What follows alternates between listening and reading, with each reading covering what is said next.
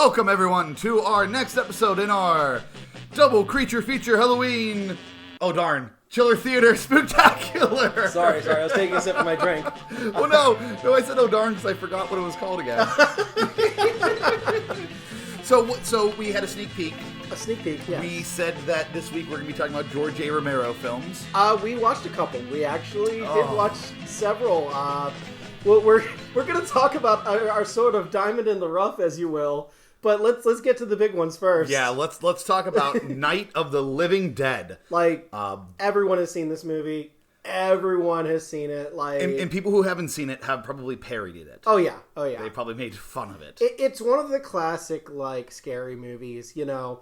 Back when you were a kid, you had this, you had Jaws, you had, like, the scary movies that you were kind of allowed to watch. There wasn't anything gory, especially, you know, it wasn't an absolutely terrible movie. Like, this would be like the Saturday afternoon movie, you know? I think what makes the movie so interesting is the time period that it's set in. Mm-hmm. Like, it's made in 60, it's like made in what, 68? 68, yeah. 68. And if you look at the media and the other films made at that time period, like, this just feels and looks so old. I know. And so some of the characters, like, what is Tom? You know, he's from the 1950s. Yes. He's straight out of the Blob. He is very greaser. I believe that's what I said whenever I was referencing his character when we watched it. I was like, yeah, he's kind of got a greaser thing going on. Yeah, he is the greaser now. He uses the Dapper Dan. He's so white toast. Can't stand him. But I do actually kind of like the way all those characters, like, maybe it was hold on. Let's, for people who have not seen Night of the Living Dead, what's wrong with you? But can you summarize the plot? The plot. It's very easy to summarize. Basically, well, okay. Like, I can summarize the plot, but there are issues about the plot that I want to go over. So, like, let's just summarize it real quick. Johnny and Barbara are going to their father's grave to put a wreath on it, and apparently they had to drive for a while. That plot point is brought up for some reason. Like, well, no, 3 hours. It's important. It's 3 hours. It's important because they don't know the area. They know how to get to the graveyard, but they don't know the area very well. They're lost. Like, you know. So, like, you know, aside from getting on and off the highway, they don't know the area. And the first clue we get is the radio. The radio's back on. You know, something was wrong with the radio. I love the radio. Gets turned off. Yeah, I love the radio bits. Yeah. But yeah, like, so to summarize the plot, a small group of people gets holed up in a small farmhouse during the zombie apocalypse. And it is really interesting. It's interesting seeing how big this thing is, because it seems like by the next morning they're having it wrapped up. Yeah. Like, and I hate to spoil the ending for you, but, like, yeah, it's like every other time you see the zombie apocalypse, it is an apocalypse. It is not just, oh, zombies, we got them. We got them, everyone, don't worry. Well, they have, I mean, there's the whole trilogy, you know, and if you want to talk about the other movies, we're not going to. We'll trickle into that. We'll trickle into that in a bit. But there's, you know, Night of the Living Dead, then there's Dawn of the Dead, then there's Day of the Dead, Land of the Dead, and all that stuff later. So, like, it's supposed to be a continuation. Yes. But it's a very good standalone film. You know, if this was a small little outbreak, or if this was a one-time thing, I think all the themes and everything else still applies. You have a disaster, and the humans immediately can't work together. Yeah. Immediately fall apart. That is the best part about it, is just, like, I'm boss up here, and you're boss down there. Like, immediately these characters do not see eye to eye. Yeah. And that is, again, another thing that's great about it, because that theme sort of keeps going throughout all the Romero movies, really. The humans can't work. Yeah, they can't work together. Yeah. You know, the zombies work together better than the humans because they don't have to think. Yeah, I said something about, like, if they worked together, if they thought this through, they could have survived the night. Absolutely. And there was a chance that they may have survived if they had stayed in the basement. Like, the whole time you're siding with what's it, Ben? Ben, yeah. You're siding with him. You're thinking, like, no, he's got the right idea here. He's got the house fortified. But who knows? They may have survived if they had stayed in the basement. He basically survives by running into the basement at the end. He goes against his own advice. Yes, but he kind of had to. Like, that was panic mode. Yeah. So yeah, but I think the real enemy was that they couldn't work together. No, you're correct. Like, that was just it. And, like, okay, can I start complaining about the characters right now? Well, let's talk about the characters. Yeah, let's go through the characters, and then we'll talk about some of the themes and other things first. Mm-hmm. So, which character do you want to start with? You got to start with Barbara. Barbara and Johnny. Yeah, like, they're the first two ones we see. Like, Johnny is so weird. He is so weird. Like, even I don't know. Like, he's just so odd, and he's he's yanked out of the movie just that quick, though. And that abruptness of it, actually, I actually really liked that, where it's like, okay, he gets attacked. You don't know if he's alive or dead. And, of course, you find out at the end he must have died there. Yeah. Well, he gets his head smashed in. Yeah. Well, I mean, you don't see like when I say that this movie wasn't gory, like there are gory bits, but you don't see his brains on the grave. Yeah, you see him hit his head. George Romero is slapping a piece of meat off screen when Johnny gets his head cracked in. But yeah, like you could have easily said he got knocked out, whatever. You don't know. Yeah. So when Barbara is panicking later, she's saying, "We got to go out there and find Johnny. We have to find Johnny." Like there were things I liked about her being in shock and still thinking like, "Oh, we can still go out there and save him." But the fact that it just continued all movie, she was just like, she was in shock the whole time. Like, and when she talked, she'd get that strange yelling. It's like, I loved her in those first like 10 minutes of the movie. Yeah, I thought she was perfect. And then her character just has no growth, and she's just. I wanted to see more out of Barbara. I really did. I want to talk about Ben. Ben's pretty awesome. He's really awesome. You know, here's a fun trivia fact for you. When they were done filming Night of the Living Dead, he had to go see a chiropractor. Really? Yeah, because his shoulders hurt so much after carrying the whole film. Wow. I don't like any other characters, and Ben is awesome. I will say, because Mr. Cooper was there sort of as an antagonist, you don't realize that he is actually a really good actor. He was a really good actor, and the two of them played well off of each other. Yes. I got to give them credit for that. They really made you feel that tension between those two. Even when they're getting attacked by zombies, you're more worried about the tension between those two. They're going to betray each other. They're going to shoot each other. Yes. Yeah, it's like, oh, there's danger out the door. And Ben ends up shooting him. Mr. Cooper's wife is getting attacked by zombies as we speak, and he's still looking at the gun. Like, I got to get that gun. Yeah.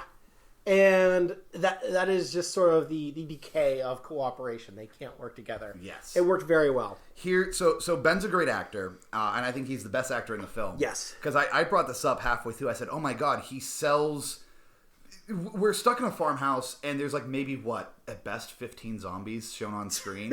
For this being like affecting the whole country, like they mentioned Texas and Washington, D.C., like it's affecting the whole country. We don't see that because I guess he just doesn't have the budget to do it. Yeah. I mean, but Ben sells it. Ben tells you the story of them at the diner and a truck blowing up and guys are on fire. And you talked about this with the Terminator. Yes. So talk to me about. Okay, in the Terminator, you basically have the character of Kyle Reese. He comes in when he is telling Sarah Connor who he is and where he's from and what the Terminator is. He's essentially telling the audience what this thing is, and he's selling you on what this thing is, because as soon as he sets that all up, when you see the Terminator towards the end of the movie, like he essentially sets up that entire last quarter of the movie where this thing is just unkillable in all of the ways he said it was, and it ends up killing him, and it is brutal. But like having that one actor just sell you on their world, say here's the situation. And we can't do this. We can't kill them. There's too many of them. Yeah. So like, and Ben sets that up very well in the same fashion. Just like he tells you he ran into a bunch of them. He ran away and he ended up back here, and you believe every word of it. Yeah, he's a great actor in that scene to push that. Mm-hmm. Yeah, and you need a good actor for that. You need your best actor to be the one who sort of sets that part of the story up. So here's my argument. Because the rest of the characters don't really matter. No one cares about Tom and Judy or Mrs. Cooper. Yeah, Tom and Judy. I wanted a little bit something more from Tom and Judy. They were so 50s. That's what I mean. Like, they were from the Blob. They might as well have been walking around with Steve McQueen going, "How do we stop the Blob?" I don't know if I would say they were quite that bad, but they. Come on, Judy, we need to cut up more of these. We need to go, baby. Yeah, like, that is just so... You could have gotten something more out of them. They're on their way up to the lake. Maybe. Where were they going to? They were going to Make Out Point. We can't call it. You were calling it yesterday. First base lake. Second base lake. Yeah. Lake Copperfield. We're only making assumptions here. Yeah. But yes, they were a couple on their own. They got sidetracked. I think the only reason that they're interesting is because they're the first ones to die of the group, and they die in a horrifying way, exploding in a car. Terribly. Geez. I mean, Helen shouldn't have been there. Helen? Helen, or no, not Helen, Judy. Yeah, Judy, she shouldn't have been in there. She shouldn't have jumped in the car, but that's the downfall. What have you? Yeah. Tom needs to work a gasoline machine. A gas pump. A gas pump. And it's funny how, just seeing how fast that went bad. It goes to crap so fast. Yeah. And it's just, all you need is a couple zombies. Yeah. Make everything go terribly. But that scene sort of, it had to happen. You had to just see that all fall apart. Yeah, to know the stakes, to know the dangers. We saw Johnny get killed, but we need more of that. Well, danger. Again, you saw Johnny hit his head, and you don't know whether he survived or not. And I felt like that was important. Was like, well, that sort of makes it more important when Barbara's just sort of like yelling, "We got to go after him! We got to go after him!" There are times I hate that, and other times I'm like, okay, I can see your point. But she stays like that throughout the entire movie. Everyone else has their family members with them. Yes. Or like Ben, we're not sure. Ben's alone. Ben's Ben's at a diner. Ben's at a gas station, and then that's it. We don't know anything about his background. But we talk about Tom and Judy. They talk about what about our parents? Maybe the phones are working in Willard.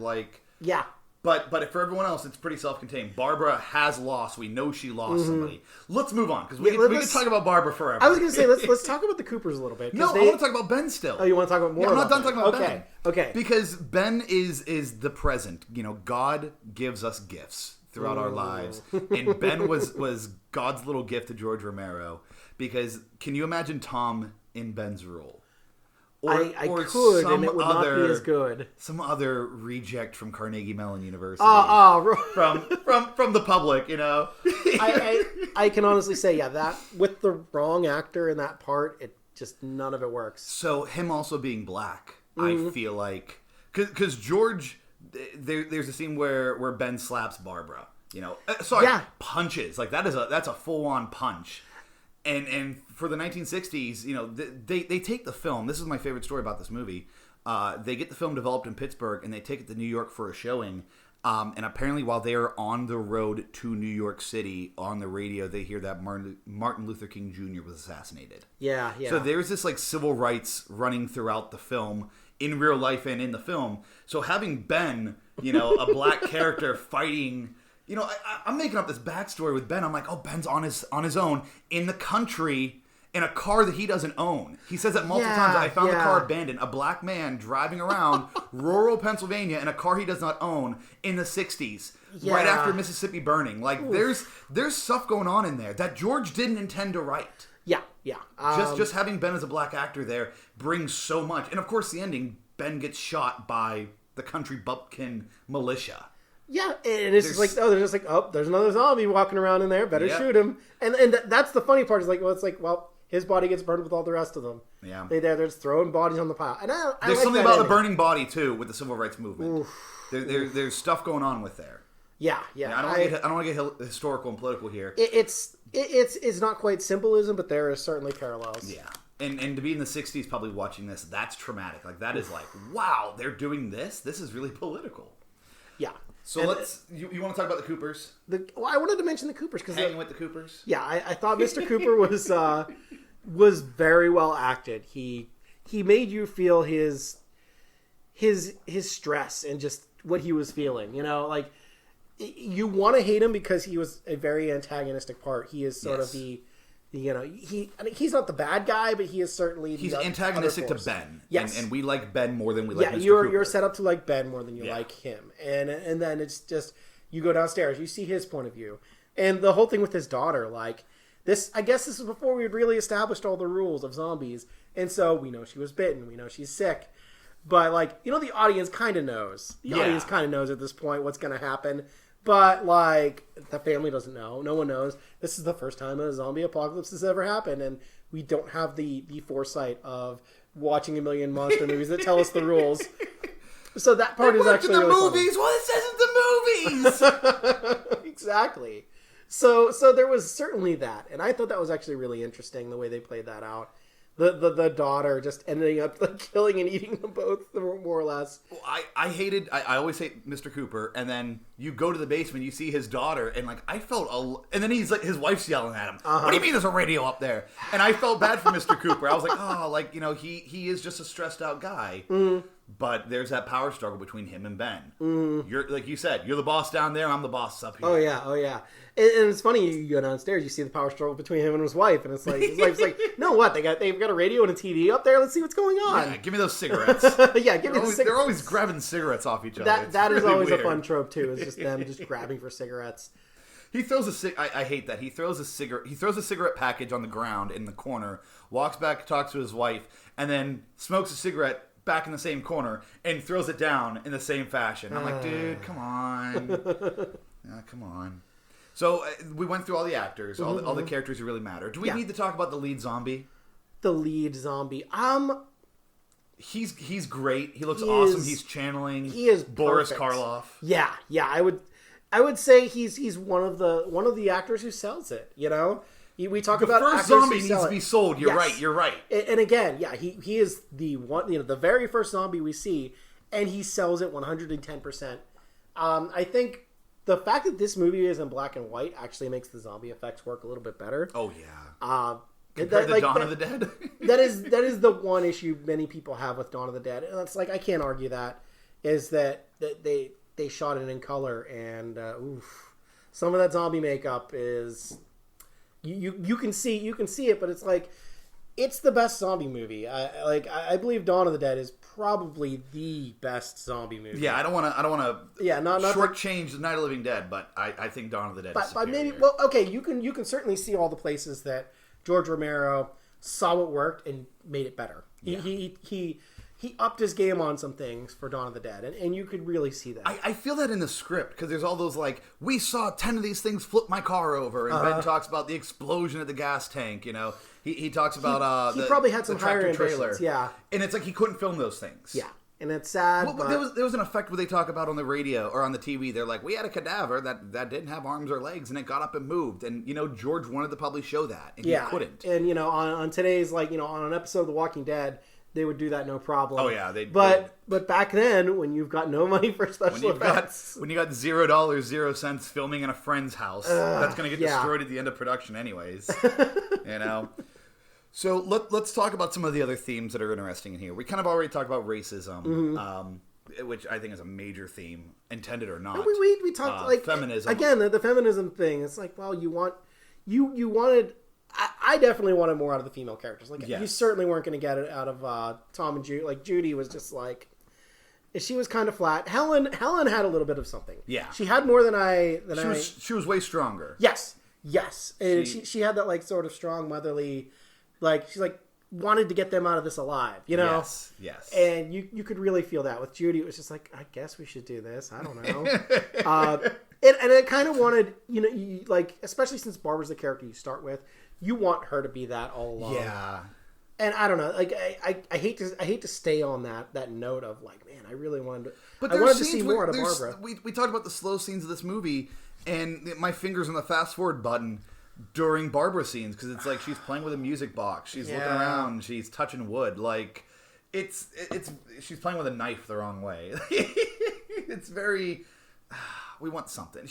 Maybe the idea was that her trauma sold how dangerous this was, but I feel like, you know, Ben saw way worse, and he's still functioning, he's still running, he's still gunning, he's still ready to fight. Well, Ben is sort of your survivalist, you know. He's the one who gets through it all only to get shot at the end, which is hilarious. If it is awful and hilarious at the same time, you know what I mean. I think the first time I saw that, I was like, wait, what? That's what happens? That's like, it. Like, what was the point of all this? Yeah, you know? And you will definitely, if you haven't seen this before, you will definitely feel the same way of like, oh wow. But and again, it's shocking. Yes. This movie puts some things in there to shock you. I think the things that really killed it for me, though, not so much the Barbara scenes. It's just, I wish they had cut down some of the TV stuff. Not the stuff with Chili Billy, but just the stuff of the news reporter standing in the middle of the screen talking like this and telling you what's going on.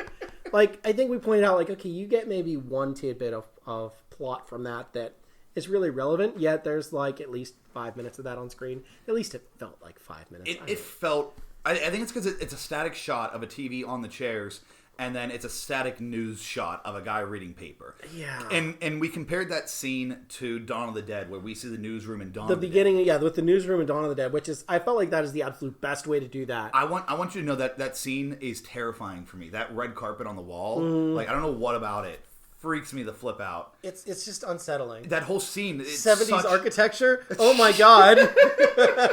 Listen, my grandma had a bathroom that had carpeting in the bathroom. Carpeting on the wall? Yeah, carpeting on the wall too. Oh yeah, okay. I know what you're talking about. But like, that beginning scene is shows off perfectly the breakdown of society. Someone get those supers up on the screen. You know, they're all screaming at each other. The guys arguing at the beginning. Yeah, that is one thing where I felt like George Romero, like, he knew how to do it better. Yes. Like, that scene right there is like, this is how you do the newsroom scene. The radio is great. And I like the radio because... I love that old-fashioned radio, because it made the movie a lot more timeless with that. Yes. As soon as they turn on the TV, it's just like, oh. God, we're in the 60s. Okay, we're in the 60s. Look at the monsters in this thing. Why isn't it a color TV? Yeah. Let's fix the color. Hey, play with the rabbit ears. Play with the rabbit. But with the radio, it works because we have shots of Ben needing to fortify the house. Yeah. And he's sort of doing stuff while we're hearing this on the radio. Yes, we're hearing exposition. We don't second guess that at all. Yeah, but the minute we all have to sit down, all of our characters are sitting. Yeah, and essentially TV, our main characters are doing nothing while we watch the TV with them. Yeah. And that sort of killed it for me. I feel like maybe a few minutes less of that I would have been okay with, but I don't know. That's not one of my gripes. Dawn of the Dead does it again, where there's almost that same exact scene of it's almost 3:00. You know, they're gonna have the broadcast on, and they did that in Dawn of the Dead. Oh, it's almost 9. You know, or whatever. They're gonna have another broadcast, and just the breakdown of those TV shows. You know, dummies, and they're screaming about dropping nukes on people to stop the zombies. Like. The woman character there is like, it's really over, isn't it? It's like, yep, it's flipping over. Yeah. I don't feel that way. I feel like when we're watching, you know, KDKA, WPXI, whatever, you know, I feel like, oh, it's just another news day. Oh, there are people who are getting eaten. I guess I can say that's the one thing. Is like, okay, it feels like your local news channel just sort of reporting on this, which again has sort of its own ominous implications of like, you know, your local town is just trying to survive this. Like, there's something about that. And I don't know, maybe that works a little bit better when you're thinking of like small towns in America, especially back then where we were less connected. Yeah. Like when we mentioned like, okay, most of these characters aren't from around here, so they just don't know the area at all. Most of them aren't from around. You can't just pull out your phone and Google Maps where you're going next. Like they keep saying, "Oh, let's go to Willard." Like, you know, like that's all they have. Yeah. We have to follow highway signs. Yeah. Well, when there isn't even a highway, we need to follow road signs. You know. So. Yeah, that was pretty intense. Yeah.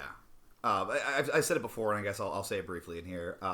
Ben, a black male, driving around the countryside in the 1960s. The AAA and Blue Book provided safe options for black people while traveling in the country. There are things called sundown towns where black people are not allowed to stay within the city bounds.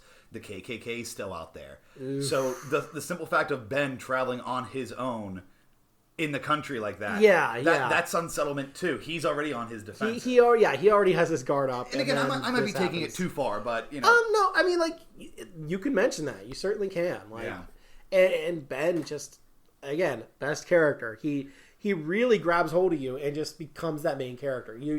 Your brain sort of wanted to stay with Barbara from her first experience, but it's all about Ben. Yeah, we're gonna keep talking about Ben if we don't move on. We will. Can I talk about Vietnam? Oh yes, absolutely. The war in Vietnam. Not Happy Gilmore. Oh my God, Forrest Gump reference for you. This movie takes place during the Vietnam War as well. Mm-hmm. In fact, Tom Savini is not as part of the crew. We all know Tom Savini. He's the makeup master, the makeup artist who did everything for Dawn of the Dead, Knight Rider, Friday the 13th. Was he in Freak Show? Creep Show. I believe he was. Yeah, he has done so. Shows much. Up From Dusk Till Dawn. He's a great actor, and he's in Nam. Yeah, he's actually a combat photographer at this point in Vietnam. So he had to be talking to George Romero, like, hey, in order to do this effect here, what you got to do is you got to get the guts. You gotta go down to the pig. Yeah, you gotta go down. Oh, let's talk about that at one point. He gets pig guts for Dawn of the Dead from a local slaughterhouse. I think they got him from the slaughterhouse on Hers Island in Pittsburgh. Oh, yeah, that could be it. But to stick with this, that's a theme that I always think about when I watch this movie. Is there's no Tom Savini because he's in Vietnam, and there's shots of people walking around with their guns armed. They say search and destroy at one point. They're like, oh, they're on a search and destroy mission. That's a Vietnam term. Yes, that's what they used to do, search and destroy for the Vietnamese. They got helicopters flying in. The scene right before the very end where they're all walking in the field like in a straight line. The helicopter scene, yeah. And that helicopter makes a circle and lands right in front of them. That's a flippin' Huey, man. Oh. Like that is they are making an analogy there of the war is home. So yeah, it's like you're not certain exactly what he's trying to say, but they're certainly saying something. The camera work, because the Vietnam War was on people's TV. That's one of the reasons why it was so contentious, because you had people filming in Vietnam actual battles, coming home, putting it on the news, and you're sitting there watching, going, "Oh my God, this is what my boyfriend's doing. This is what my dad's fighting for." Yeah. So there, all the scenes again on the TV with like Chilly Billy following the sheriff. I feel like those are kind of emulating the Vietnam on the nightly news. Yeah, you know what? It's bringing the fight home. That is a really good analogy right there. So being a kid watching this, like, oh yeah, I remember watching the news, and having stories about Vietnam. Well, in this movie, they're emulating that. The war is home. You said it. You're watching you're watching the zombie apocalypse. It's coming home to you. So that's why I'll defend the TV shots. I'll agree with you. They suck. Like I said, some of them suck. The static ones where they're just talking and there's just the text coming up on screen. Those are the ones that really get me. The ones with the sheriff and Chilly Billy is like, well, that's kind of necessary because it plays really well into the ending. They're dead. They're all messed up. Yeah, and again, the ending just oof. Some horror movies have a trouble sticking the ending sometimes, and that is one thing where I feel like this movie actually got the ending better than Dawn of the Dead. Yeah. Then again, Dawn of the Dead, the way they were going to end it, that was going to be something else too. To tie in with the Vietnam, you said at the ending, they're burning the bodies. One of the great images of the Vietnam War is burning the huts that the Vietnamese lived in. Oof. Burning bodies. The My Lai massacre. I always pronounce that wrong. My Lai. I can never remember how it's pronounced. Again, that is... the burning of people's bodies. Yeah. There's I'm giving a spoiler here for the Crazies. I don't think you've seen the Crazies yet. I have not seen the Crazies. Oh my God, the Crazies. It needs a supercut. I feel like that's what I might do. I might just make a video of all the trimmed down violence. There's a scene where cause in the Crazies, briefly, because we're going really out of bounds here. In the Crazies, they a plane crashes in the water and there's a chemical agent and drives everyone mad and they become murderous. And that brings me to another point. Night of the Living Dead. Go on. In the CDC, the military comes in and starts rounding up people. There's a scene where there is a church and they're pulling out all the people from the church and the priest is going crazy. You see him run in the back of the church and he's out front of the church with a bottle of gasoline. And he starts pouring on himself, and he lights himself on fire. Oof. If you know anything about the Vietnam War, the burning of Buddhist monks, like he's doing something there. He's making that comparison. He's doing something there with the Vietnam that's on his mind. The Buddhist monks, and again, it's an American Catholic priest committing suicide. Yeah. Again, big deal. If you're okay with watching the Buddhist monks, well, then here's a Catholic priest doing the same thing. Do you feel okay? And I don't. That scene disturbed me. Right. I was like, oh my God. That whole self-immolation thing, I think we watched a special on Vietnam, the Ken Burns one. Oh, yes. And when they go into the immolation of the Buddhist monks, that's the part that's hard to watch. Mm-hmm. And it's like, there's a lot of stuff there that's kind of hard to swallow, but like that one is just like, oh God, they're doing this.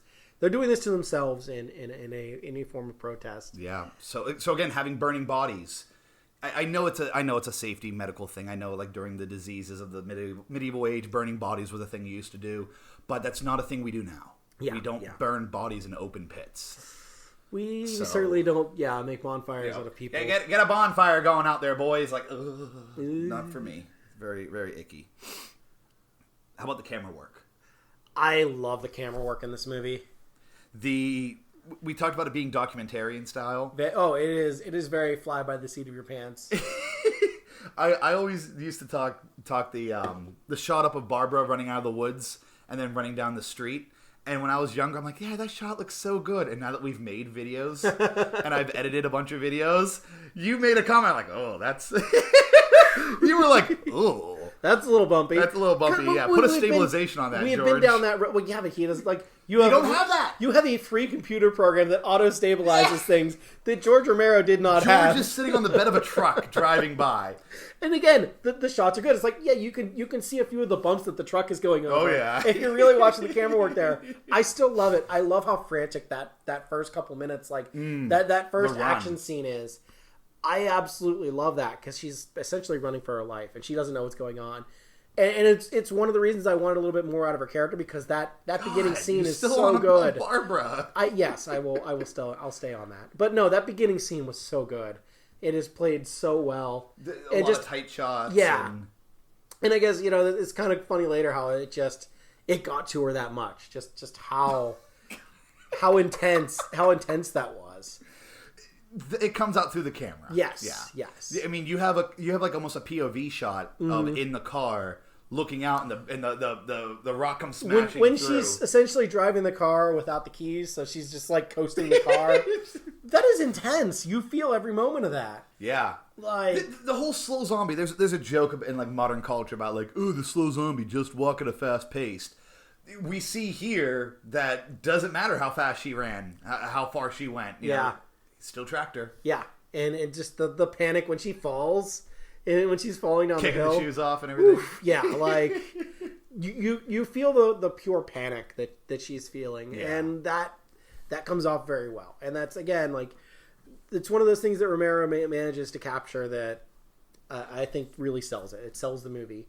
If you are not sold on the movie and those first couple minutes there when that stuff's happening, then you're not gonna. You can't sell you on the rest of it. Right. Yeah.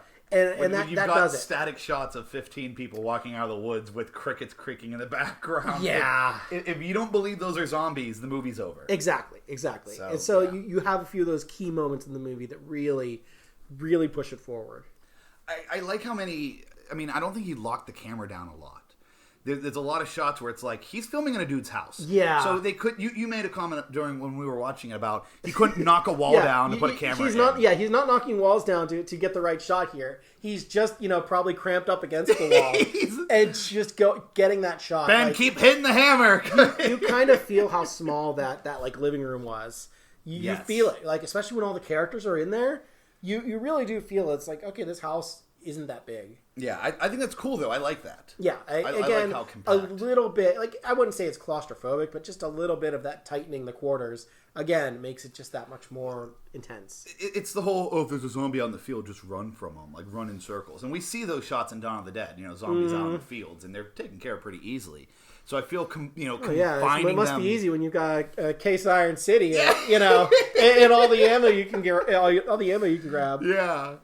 But, like, we see them, they can take them on out in the open, but now that you're compact in this farmhouse, they're much bigger. They're a much worse threat to fight against. Mm-hmm. One last thing that I have I have two more things. All right. The lack, we talked about how Tom Savini's not here because he's in Vietnam, doing his duty. Which, if you've ever read about his biographies, like, he almost got killed. Oh, jeez. Yeah, he almost gets killed on a patrol. Not on a patrol. He's doing guard duty, and like there was something rustling in the bushes, so he shot at it, and he got reprimanded because it was a duck. Oh my god! And later that night, they got attacked, and the guys in that bunker that he was in got hurt, and some guys got killed. Oh my god! So like Tom Savini, like he makes a comment in one of the documentaries about. To get over what he saw in Vietnam, he's looking through a camera, but he made a lot of these special effects as kind of a way to deal with that. That was kind of his PTSD coping mechanism. Yeah. The special effects here in Night of the Living Dead are passable. I mean, it's shots of me holding Hershey's syrup and squirting it on people. The fact that it was in black and white helped the movie. But yeah, it's like, even if they had Tom Savini along for that, like, how much more could they have done? Is the movie... With no budget like that? Well, look at Tom Savini and Martin. He does the blood. The blood, the slitting the wrist with the razor shot. And all the special effects he did in Dawn of the Dead, I feel like he at least could do something better. I feel like this movie if you had Tom Savini, I don't know if it would have hit as hard. Well, I mean, would you have had more shots in daylight? When we talk about it hitting hard, though, it's like, remember the rating system back then? Dawn of the Dead had to be essentially unrated. Yeah, it was unrated because of how violent it was. Is there even nudity in Dawn of the Dead? Maybe for a split second. Guy in a bathing suit. Yeah, maybe for a split second you get some, but nothing that stands out. And it's not like it's. Forgive the pun. It's not titillating. But you know what I mean? Are we moving on to Dawn of the Dead? No. I'm still talking about Tom Savini. Tom Savini. Okay. I kind of want. Well, we did see a movie with Tom Savini. The 1990 version. He directed it. What? He directed the 1990 Night of the Living Dead remake. I didn't see that one. Yeah. So like I heard about it. I haven't seen it either, but apparently there's a shot that he wanted to do with like a revolver or something. Oh. Yeah, that's gonna be on the list that we'll have to watch at some point too. But I want Tom Savini here because I want some more cool gore effects. Yes, like the shots of we are eating a pig bone and we're playing with some guts. You know, like that's someone bites into a liver. The limits are get pushed in the later movies. Yeah, you know, by the time you get to Day of the Dead, you have the dismemberment scene of one of your main characters. I feel like that is sort of a culmination. You know, like that's he's like working up to it. Yeah. Like, how did you do that? This is insane. Oh, the Joe. No, I don't want to talk about it because if I talk about this monkey farm, Frankenstein. If I talk about it, I'll have to play the clip again, and it's brutal. It is. Oh, is that clip brutal? Oh. Again, but he sells it. He makes you believe it. Yeah. So maybe it's better that there was no Savini in this one, because I feel like there's he would have been very limited with the budget they had and with it being in black and white. Well, there's shots that I really like where it's like the zombie gets shot. He falls down, it's in shadow, and then, like, the leaves move, and then you can see the bullet hole in his head. It's like, that's brilliant. Let me tell you, that might have been done, like, in freaking broad daylight with Savini. The way they did some of those gunshots, like, I had some Resident Evil flashbacks watching, like, he shoots them, and you see the bullet wound, and the zombie drops. It's like, oh, God. And it's like, oh, you didn't hit him in the head. That zombie's going to start getting back up a little, you know? Yeah. Like, you definitely feel the tension of every bullet counts. Yes.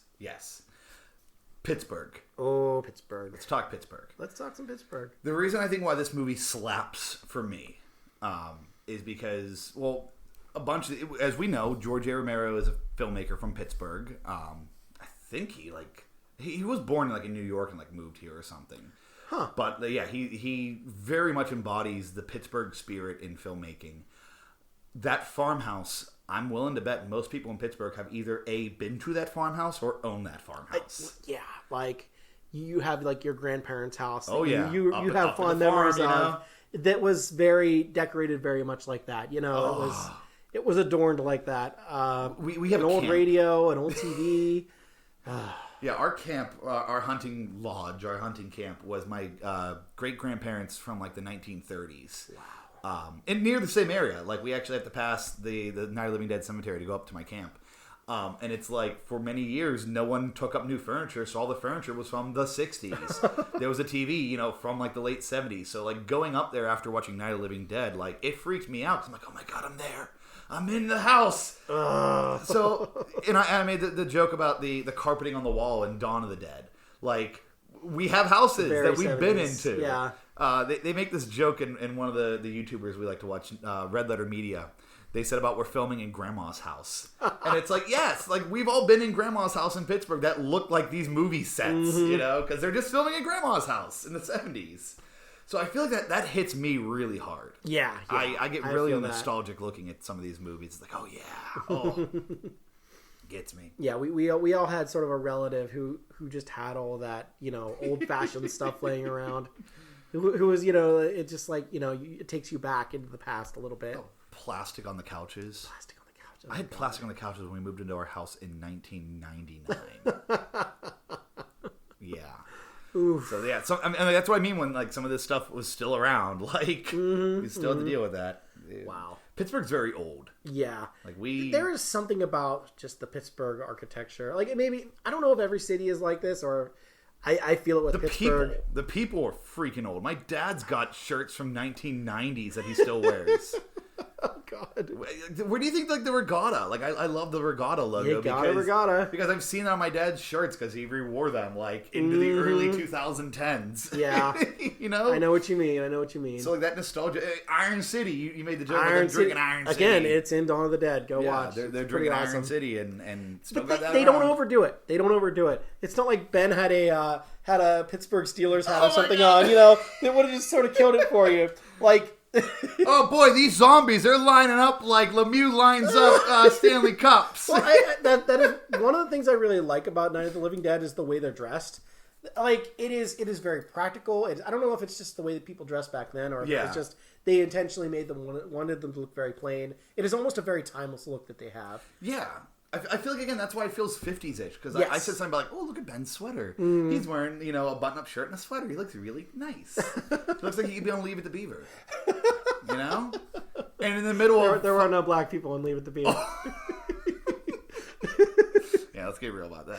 Yeah. But you know what I mean? Like, that's why I make fun of Tom and Judy. They're 50s kids. Yes. They're greases. They're going to be out there with their hot rods, driving for pink slips pretty soon. So let's. Do you have anything else you want to say about Night of the Living Dead? Okay. The one thing I wanted to mention was when they go into the whole. Oh, there was a satellite that brought some nuclear radiation, and we don't know what it was. It was the cause. No, it wasn't the cause. As you remember, the satellite did not enter Earth's orbit. Like what the? Please, George. Like, we didn't need that. That again, a couple minutes that could easily just be cut from the movie. The shot of Washington, D.C. that they totally did avant-garde, just like, we're driving down to Washington today to shoot this one scene. Yeah. Who wants to go on a Washington trip?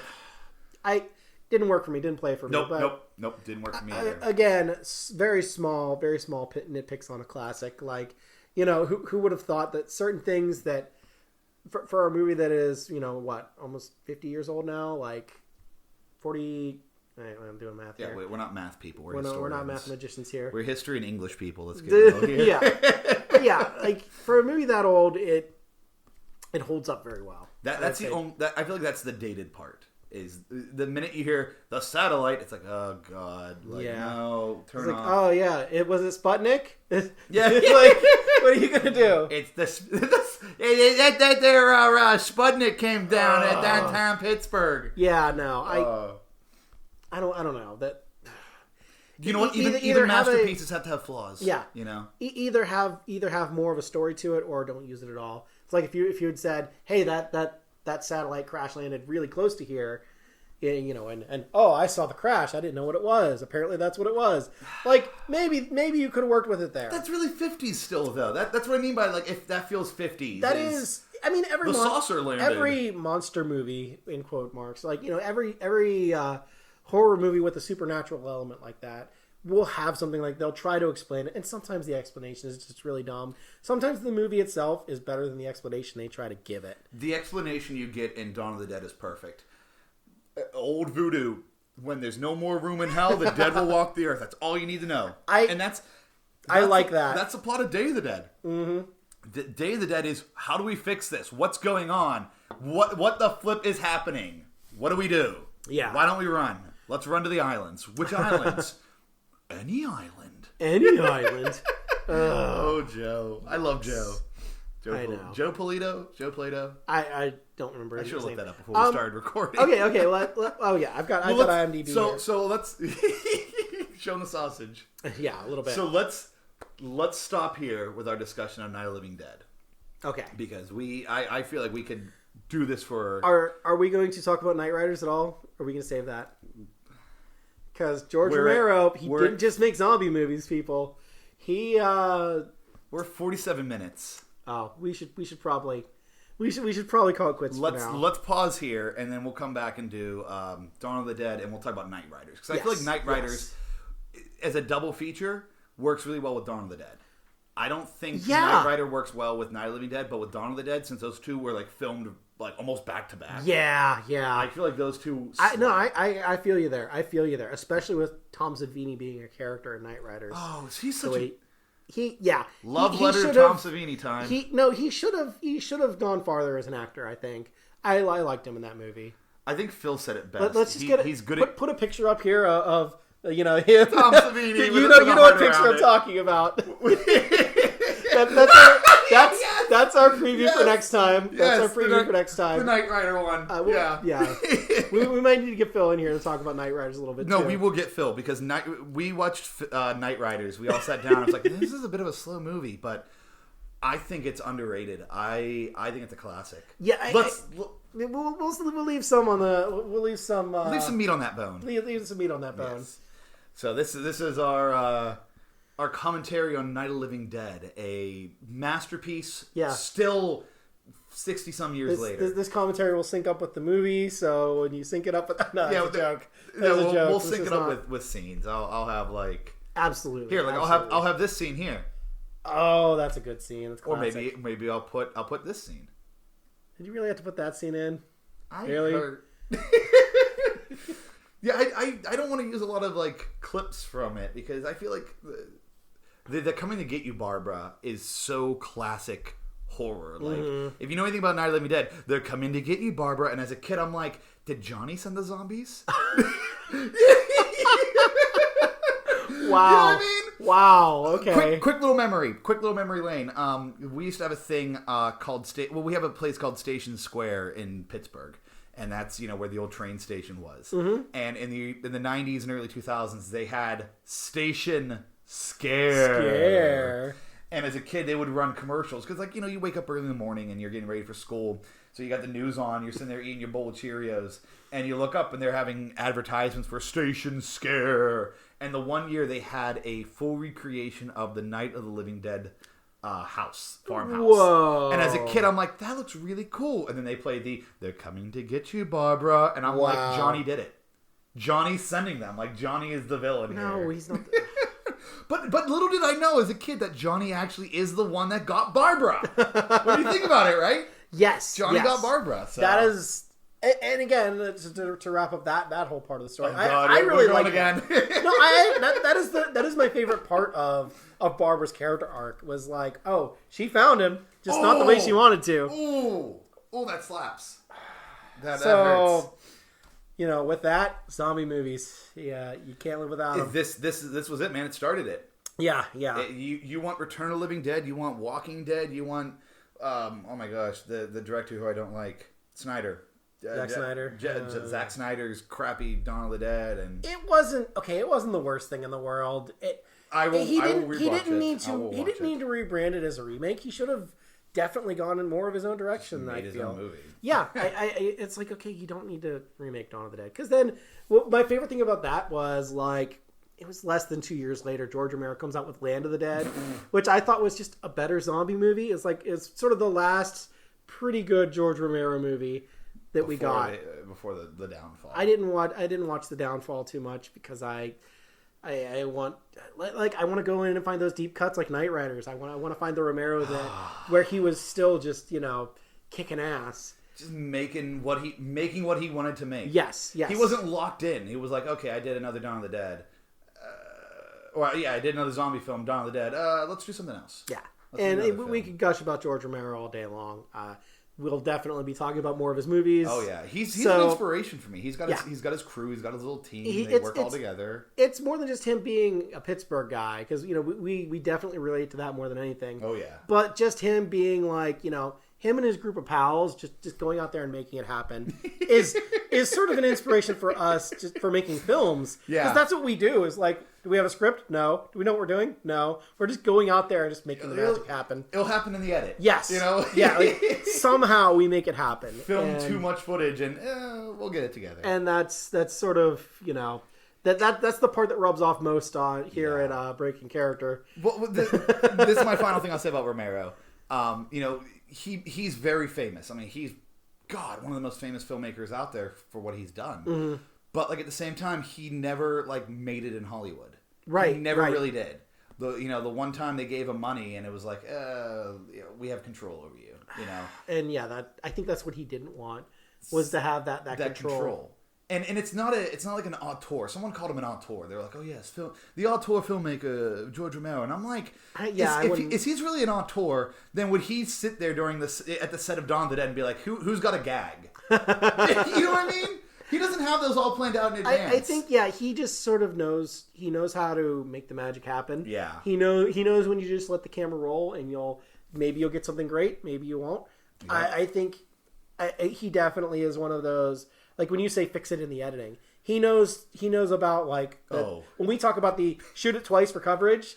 He'll maybe film something. Maybe this will fit. Maybe it won't.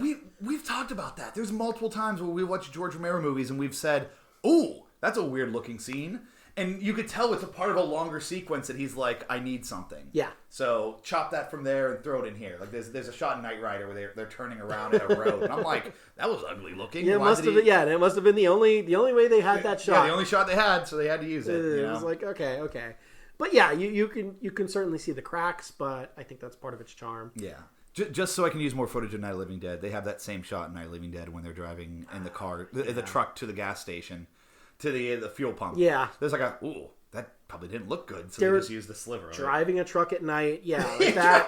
Shooting at night, George Romero, clap yourself in the back there, man. Oof. God bless you. Oof. God. Yeah. We can't film at night. No, we just don't do it because it looks terrible. We gave up on that dream. Like, we could film at night. Nope, no filming. Absolutely not. So I feel like we should end this with one story. I got one more story. Okay, about you George got one Romero. more. Let's hear it. So George Romero, like other great filmmakers in Pittsburgh, worked for Mr. Rogers at one point. No, oh my God, this is great. So this story is. As you do when you make a movie, you invite people to come see your movie. They're coming to get you, neighbor. Was that good? That was good. We're leaving that in? Yeah, we're leaving that in. George A. Romero does what you do. You invite your old boss to come watch your movies. So Mr. Rogers, Mr. Fred Rogers... saw Night of the Living Dead in the 1960s. Oh my God. And apparently his comment was like, well, that was a good movie. Like it was something like, good work. Yeah. Fred isn't going to sit there and be like, what the hell did you do? Like, this is a monster film. This is disgusting. He was like, well, that was a movie. Yeah. Like, good work, George. And it's like, the very nice, what a wholesome man. Yeah. And George Romero was like, he was still working in TV. He was still working just as a regular Joe while he was doing all these movies for the most part. Yeah, so that's kind of funny. You think about him in the 60s and 70s. Like this was his side gig for a while until it was able to become his main thing. Yeah. So that is just awesome. And you could have Mr. Rogers' story out of it to boot. A shot of Mr. Rogers watching Night of the Living Dead. Like that's just crazy. It blows my mind. But again, Mr. Rogers is one of those characters. When you talk about Flanderizing characters, they took him and well, we've been breaking character, and this has been our George Romero retrospective part 1. Night of the Living Dead. Yes. Here on the Double Creature Feature Chiller Theater Halloween Spooktacular! Presented by Breaking Character 1.